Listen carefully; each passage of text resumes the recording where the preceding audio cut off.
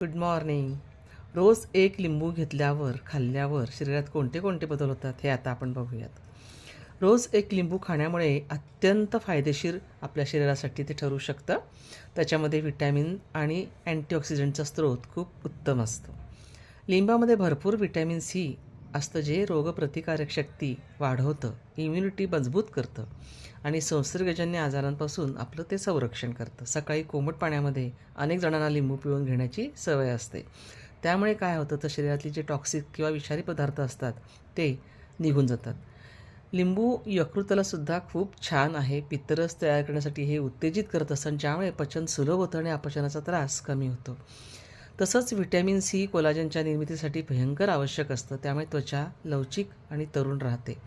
रोज लिंबू खाल्ल्यामुळे रक्तातली अशुद्धी दूर तर होतेच, परंतु चेहऱ्यावरसुद्धा एक नैसर्गिक चमकही येते आणि पिंपल्सचा जर त्रास तुम्हाला होत असेल तर तो होत नाही, तो कमी होतो.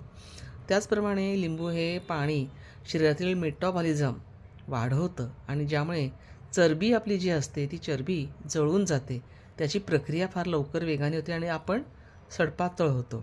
लिंबामध्ये असलेल्या सायट्रिक ॲसिडमुळे युरिनमध्ये म्हणजे तुमच्या लघवीमध्ये सायट्रेटचे प्रमाण वाढतं, जे किडनी म्हणजे जे स्टोन आपण म्हणतो, किडनी स्टोनचा जो त्रास असतो त्याला ते प्रतिबंध करतं. किंवा जर असतील लहान खडे तर ते विरघळण्यासाठी सुद्धा लिंबू मदत करतं.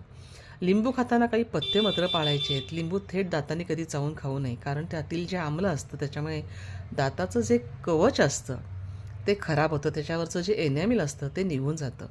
मग आता योग्य पद्धत काय आहे, तर लिंबू रस कोमट पाण्यात किंवा अन्नावर पिळून घेणे सर्वात चांगलं असतं. त्यामुळे लिंबू या पद्धतीने तुम्ही खाल्ल्यास आणि रोज खाल्ल्यास तुम्हाला खूप छान फायदा होईल. तर तुम्ही हे करून बघा.